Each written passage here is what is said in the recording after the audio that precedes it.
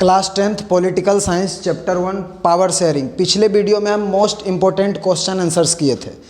इस वीडियो में हम लोग मोस्ट इम्पोर्टेंट MCQ क्वेश्चन करेंगे, मल्टीपल चॉइस क्वेश्चन करेंगे।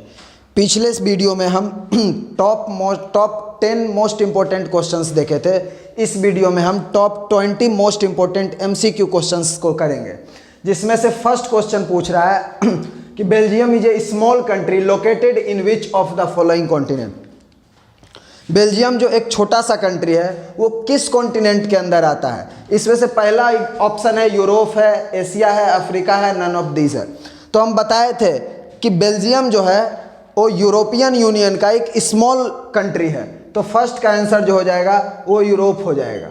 सेकेंड क्वेश्चन पूछ रहा है कि Belgium shares it's borders with how many countries of Europe. कह रहा है कि बेल्जियम जो है वो यूरोपियन यूनियन में कितने कंट्रीज के साथ अपना बॉर्डर को शेयर करता है। तो हम बताए थे इसमें से दे दिया है 1 2 3 4, तो इसका जो आंसर होगा वो होगा 4 कंट्रीज के साथ बेल्जियम जो है अपना बॉर्डर शेयर करता है। और चारों कंट्रीज का अगर नाम लिखना चाहें तो इसमें पहला क्या हो जाएगा, नीदरलैंड हो जाएगा, नीदरलैंड हो जाएगा, फ्रांस हो जाएगा, जर्मनी हो जाएगा और क्या हो जाएगा, लग्जमबर्ग। तो ये 4 कंट्रीज के साथ बेल्जियम जो है अपना बॉर्डर को शेयर करता है।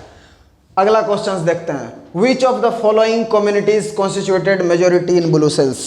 पूछ रहा है कि ऐसा कौन सा कम्युनिटी है जो कि ब्रुसेल्स में मेजोरिटी में है। बार बार रिपीट कर रहे हैं, ब्रुसेल्स जो कि कैपिटल सिटी ऑफ बेल्जियम है। बेल्जियम का इथनिक कंपोजिशन क्या था, 59% डच मेजोरिटी में थे, 40% फ्रेंच माइनॉरिटी में थे और 1% जर्मन। लेकिन ब्रुसेल्स जो कि वहाँ का कैपिटल सिटी था वहाँ 80% फ्रेंच थे, 20% डच थे, मतलब मेजोरिटी में कौन थे, फ्रेंच थे। और यहाँ पे क्लियरली क्वेश्चन पूछ रहा है which one of the following communities constituted majority in Brussels. Question को बहुत ध्यान से पढ़ना है, क्या चीज़ पूछ रहा है, ब्रुसेल्स का मेजोरिटी कम्युनिटी के बारे में पूछ रहा है। तो यहाँ पे क्या हो जाएगा, फ्रेंच स्पीकिंग पीपल हो जाएगा इसका आंसर। नेक्स्ट क्वेश्चन देखते हैं। Which of the following is not a reason of Belgium. इस क्वेश्चन में ये पूछ रहा है कि इसमें से कौन सा ऐसा रीजन है जो कि बेल्जियम के अंडर नहीं आता है। बार बार क्वेश्चन को ध्यान से पढ़ना है, यहाँ पे नोट लगा हुआ है, मतलब इस चारों में से ऐसा कौन सा रीजन है जो कि बेल्जियम के अंडर में नहीं आता है। फ्लेमिश रीजन हम देखें कि बेल्जियम के अंडर में आता है, वेलोनिया जो कि बेल्जियम में ही पड़ता है, उसके बाद ब्रुसेल्स जो कि बेल्जियम का कैपिटल सिटी है, बच कौन जाता है, लग्जमबर्ग। लग्जमबर्ग क्या है, लग्जमबर्ग भी एक कंट्री है जो कि बेल्जियम के साथ अपना बॉर्डर शेयर करता है। नेक्स्ट क्वेश्चन देखेंगे 5 number. Which language is dominantly spoken in Belgium. Question कह रहा है कि बेल्जियम जो कंट्री है उसमें कौन सा ऐसा लैंग्वेज है जो कि बोला जाता है, डोमिनेंट करता है। ऐसा कौन सा लैंग्वेज है जो कि डोमिनेंट करता है, कौन सा है। बताए थे कि 59% डच बोलने वाले लोग रह रहे हैं, तो इसमें इसका आंसर क्या हो जाएगा, डच स्पीकिंग पीपल जो थे वहाँ पे डोमिनेंट कर रहे थे और 59% के साथ वहाँ पे डोमिनेंट कर रहे थे। नेक्स्ट क्वेश्चन की ओर हम लोग बढ़ेंगे कि Sri Lanka emerged as an independent country in which of the following year. पूछ रहा है कि श्रीलंका जो है एक आज़ाद देश के रूप में इमर्ज हो रहा था, एक आज़ादी की ओर अपना कदम बढ़ा रहा था। 1946 गलत है, 1947 में भारत आज़ाद हुआ है, 1948 इसका सही आंसर होगा। और श्रीलंका जो है 1948 में as a independent nation emerge हो रहा था। आगे हम लोग देखेंगे क्वेश्चन नंबर 7 से। अभी हम लोग देखेंगे क्वेश्चन नंबर 7, 6 तक देख लिए। 7 नंबर क्वेश्चन कह रहा है कि in the city of Brussels. Brussels का कॉम्बिनेशन के बारे में पूछ रहा है, ब्रुसेल्स में क्या है, ब्रुसेल्स का कंपोजिशन के बारे में पूछ रहा है। 80% people speak French while 20% speak Dutch. दूसरा है 80% people speak Dutch while 20% people speak French. सबसे पहले इसमें जो 2 ऑप्शन को अलग करेंगे, क्या कह रहा है, 80% people speak German while 20% people speak French. इसको सबसे पहले काटेंगे सी नंबर को। डी नंबर कह रहा है 80% people speak French while 20% speak German. सबसे पहले जर्मन वाले को काट के अलग करेंगे। ये दोनों में कंपोजिशन क्या था, बार बार कह रहे हैं, बेल्जियम का जो इथनिक कंपोजिशन था उसमें से 59% पीपल मेजोरिटी में जो थे वो डच स्पीकिंग पीपल थे। और जैसे ही ब्रुसेल्स कैपिटल सिटी में आ रहे थे तो वहाँ पे 80% जो है वो फ्रेंच स्पीकिंग पीपल हैं। और बेल्जियम के ब्रुसेल्स कैपिटल सिटी में कौन है, मेजोरिटी में कौन है, फ्रेंच स्पीकिंग पीपल जो है 80% पीपल है। तो यहाँ पे 80% speak French while 20% speak Dutch. Option number 1 इसका करेक्ट होगा। Number 8, Sri Lanka is an island nation. अभी भी इसमें अगर कंफ्यूजन है तो एक बार और क्लियर कर रहे हैं। आइलैंड नेशन का मतलब है जो चारों तरफ से, वैसा देश जो चारों तरफ से पानी से घिरा हुआ है। और पेनिनसुलर कंट्री का मतलब होता है जो 3 तरफ से पानी से घिरा हुआ है, फॉर एग्जांपल इंडिया। और आइलैंड नेशन का एग्जांपल क्या है? Sri Lanka. Nation just a few kilometres from the southern coast of, कह रहा है कि श्रीलंका जो है कुछ ही दूरी पे है फ्रॉम साउदर्न कोस्ट ऑफ, बार बार कह रहे हैं कि श्रीलंका जो है भारत के तमिलनाडु से कुछ ही दूरी पर स्थित है। तो गोवा इसका गलत होगा, केरला गलत होगा, लक्षद्वीप तो होगा ही नहीं। इसका सही आंसर क्या होगा? Correct answer is B, Tamil Nadu. Question number 9, which of the following is a major ethnic group of Sri Lanka. Major ethnic group के बारे में पूछ रहा है। श्रीलंका का मेजर एथनिक ग्रुप क्या था? Christians and Tamil. क्रिश्चियंस मात्र 8% थे, ये हो नहीं सकता, फर्स्ट गलत, ए नंबर गलत हो गया। B, Buddhist and Hindu. C, Sinhala and Tamil. Buddhist and Hindu नहीं हो सकता क्योंकि हिंदू का भी, बुद्धिस्ट एक कम्युनिटी का नाम नहीं है, एक रिलीजियस कैरेक्टर है, ये भी गलत हो गया। सिन्हाला एंड तमिल। और डी क्या है? Sinhala and Christian. क्रिश्चियन वाला दोनों पहले गलत हो जाएगा क्योंकि ये माइनॉरिटी में थे। और यहाँ मेजर एथनिक ग्रुप्स के बारे में पूछा जा रहा है जिसका कि आंसर होगा Sinhala and Tamil. Sinhala speaking peoples जो थे वो 74% थे और तमिल स्पीकिंग पीपल जो थे ओवरऑल 18% तमिल स्पीकिंग पीपल थे। तो correct answer is C, Sinhala and Tamil. Number 10, Sri Lankan Tamil refers to which of the following. Sri Lankan Tamil जो थे, श्रीलंकन तमिल्स कहने का मतलब क्या? तमिल मुस्लिम?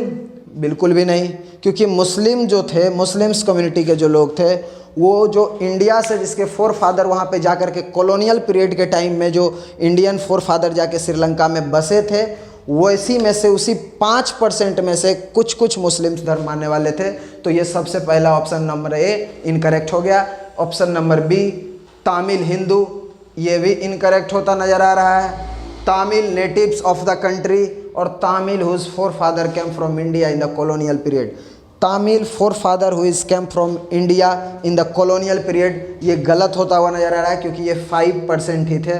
तो बचता कौन है? Tamil natives of the country. Tamil natives मतलब कि वो वैसे लोग जो पहले से तमिलियन हैं, जो तमिल नेटिव्स हैं, वही वहाँ को श्रीलंकन तमिल को रेफ़र करेंगे। श्रीलंकन तमिल को रेफ़र कौन करेंगे? Tamils natives. आगे हम लोग देखेंगे क्वेश्चन नंबर 11 से। अब हम लोग देखेंगे क्वेश्चन नंबर 11 से।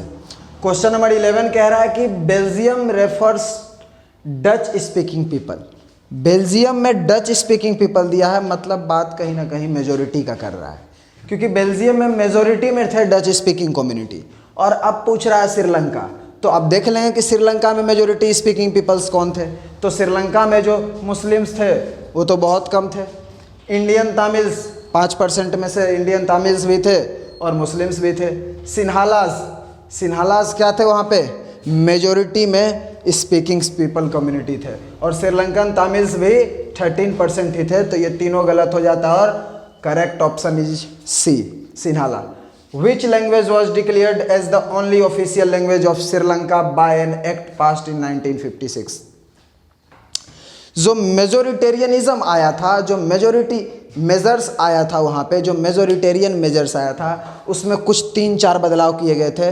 3 अहम बदलाव किए गए थे, जिसमें से टॉप मोस्ट चेंजेज जो था वो था कि 1956 में एक एक्ट को पास करवा के सिन्हाला को जो है ऑफिशियल लैंग्वेज का दर्जा दिया जा रहा था। तो official language of Sri Lanka by an act passed in 1956 में क्या आंसर हो जाएगा इसका? Correct option is C. What does Eelam stands for? Chapter में भी कवर किए हैं कि तमिलियंस जो थे वो एक अपना अलग पॉलिटिकल पार्टीज बना के equal political rights, equal educational rights, equal religious rights को मांग को बहुत तेज़ी से उठाते हैं। और उसी में से उनका एक अहम मांग रहता है, वो रहता है एक तमिल एलम का। मतलब तमिलियंस के लिए एक अलग स्टेट का मांग रहता है कि हमको एक अलग स्टेट बना दो जिसमें हम लोग अपना रह सकते हैं। तो एलम का मतलब क्या? एलम का मतलब Tamil name for state, Tamil name for state. Correct option is B, Tamil name for Sri Lanka, गलत है। बोथ एंड भी नहीं हो सकता है, नन ऑफ दीज नहीं हो सकता है, तो correct option is B, Tamil name for state. Number 14, a war like conflict between two opposite groups in a country is called. जब एक ही देश में दो अलग अलग कम्युनिटीज़, दो अलग अलग सोशल ग्रुप्स, दो अलग अलग पॉलिटिकल ग्रुप्स के बीच में कॉन्फ्लिक्ट हो जाए तो उसको हम लोग क्या कहते हैं? उसको हम लोग कोल्ड वार, बिल्कुल भी नहीं। इथेनिक वार, गलत है।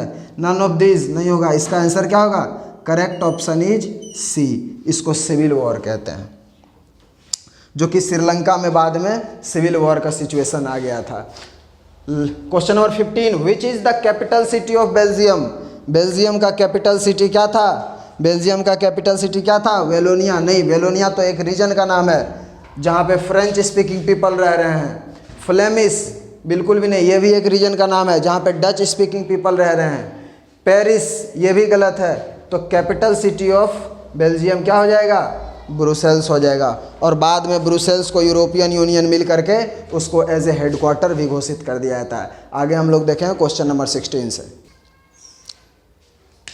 अब देखेंगे क्वेश्चन नंबर 16। क्वेश्चन नंबर 16 कह रहा है, a belief that the majority community should be able to rule a country in whichever way it wants by disregarding the wishes and needs of the minority is. Sri Lanka में हम लोग देखे थे कि वहाँ पे मेजोरिटेरियनिज्म जो था वो हावी था किस पे? माइनॉरिटी पे थे। मतलब कि वहाँ पे जो माइनॉरिटी का कुछ विशेष और इंटरेस्ट था उसको ध्यान में नहीं रखा जा रहा था। जो माइनॉरिटी का नीड्स था, विशेष था, इंटरेस्ट था, वो ध्यान में नहीं रखा जा रहा था। और जो रूल्स एंड रेगुलेशंस लाया जा रहा था वो सिर्फ मेजोरिटी के हक में लाया जा रहा था। मतलब मेजोरिटेरियन मेजर्स को लाया जा रहा था, मेजोरिटी के अच्छाई के लिए नियम और कानून लाए जा रहे थे। वो क्यों जरूरी होता है? क्या पावर शेयरिंग जरूरी है, या सेंट्रल गवर्नमेंट में हिस्सेदारी जरूरी है, या मेजोरिटेरियनिज्म है, या कम्युनिटी गवर्नमेंट है? यहाँ पे जो हो रहा था जो श्रीलंका में, उसको मेजोरिटेरियनिज्म कहते हैं। मतलब मेजोरिटी का दबदबा कहते हैं। मेजोरिटी ग्रुप्स जो है अपने लिए नियम और कानून बनाते हैं और माइनॉरिटी का इंटरेस्ट को, विशेष को, नीड्स को ध्यान में नहीं रखा जाता है। बिना माइनॉरिटी को मद्देनज़र रखते हुए अपने लिए नियम और कानून को लाना, बनाना, उसको क्या कहते हैं? मेजोरिटेरियनिज्म कहते हैं। नेक्स्ट जो है, विच of the following government in Belgium has the power regarding cultural, educational and language related issue. कह रहा है कि कौन सा ऐसा कम्युनिटी था, कौन सा ऐसा गवर्नमेंट का फॉर्मेशन किया गया बेल्जियम में जो कि इन सब चीज़ों को ध्यान में रखा जा रहा था कि पावर रिगार्डिंग कल्चरल से रिलेटेड हो, एजुकेशनल से रिलेटेड हो, या लिंग्विस्टिक बेसिस पे लैंग्वेज से रिलेटेड हो। क्या द कम्युनिस्ट गवर्नमेंट? बिल्कुल भी नहीं, ये साफ गलत है। कम्युनिस्ट गवर्नमेंट नाम का चीज़ कुछ था ही नहीं। द सेंट्रल गवर्नमेंट, उसमें तो इक्वल रिप्रेजेंटेशन मिल गया था दोनों को। द प्रोविंशियल गवर्नमेंट वहाँ पे था ही नहीं। क्या ऑथोरिटी दिया गया? द कम्युनिटी गवर्नमेंट बनाया गया ताकि इन सब चीज़ों को ध्यान में रखा जाए, कल्चरल, एजुकेशनल और सोशल ग्रुप्स के बारे में। नेक्स्ट क्वेश्चन नंबर 18 क्या कह रहा है कि the head quarter of dash is situated in Brussels. हम कहे थे कि जो है यूरोपियन यूनियन जो है सभी लोग मिल करके ब्रुसेल्स को अपना हेडक्वार्टर चूज कर लेते हैं। तो इसमें देखेंगे यूनाइटेड नेशंस, गलत है। यूरोपियन यूनियन, ये सही है। यूरोपियन यूनियंस के सारे कंट्री मिल करके क्या किए थे? ब्रुसेल्स को अपना हेडक्वार्टर चुन लिए थे। वर्ल्ड ट्रेड ऑर्गेनाइजेशन नहीं होगा, बोथ बी एंड सी नहीं होगा। Correct option is B. Question number 19, the Belgium government shifted to a federal form a dash form of government. इसके बारे में हम लोग विस्तार पूर्वक चर्चा करेंगे नेक्स्ट क्लास में, नेक्स्ट चैप्टर में, फेडरलिज्म में। लेकिन यहाँ पे फिलहाल देख लेते हैं क्या एकोमोडेटिव था? गलत। ऑथोरिटेरियन था? यूनिटरी था? नन ऑफ द अबव था? नन ऑफ द अबव तो होगा ही नहीं। इसमें क्या होगा? यूनिटरी मेथड ऑफ होगा। जब बेल्जियम फेडरल गवर्नमेंट होने से पहले यूनिटरी गवर्नमेंट को रूल को फॉलो कर रहा था।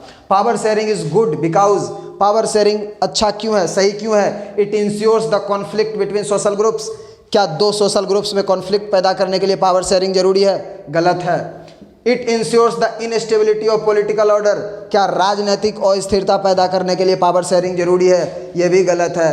उसके बाद क्या? It reduces the possibility of conflict between social groups. Yes, it reduces the possibility of conflict between to social groups. दो सोशल ग्रुप्स के बीच में ये कॉन्फ्लिक्ट को कम करता है। इसका option number C is correct option. It leads to violence, ये गलत है, वायलेंस को लीड नहीं करता है। इसी के साथ हम लोग टॉप 20 मोस्ट इंपॉर्टेंट क्वेश्चंस को देखें, एमसीक्यू क्वेश्चंस को देखें, मल्टीपल चॉइस क्वेश्चंस को देखें। अभी हम लोग इससे पिछले वीडियो में क्वेश्चन आंसर का एक वीडियो बनाए थे, अब हम एमसीक्यू का एक वीडियो बनाया। अब नेक्स्ट चैप्टर जो हम लोग का होगा वो फेडरलिज्म होगा। चैप्टर 2 हम लोग देखेंगे फेडरलिज्म के बारे में। इसी के साथ थैंक यू।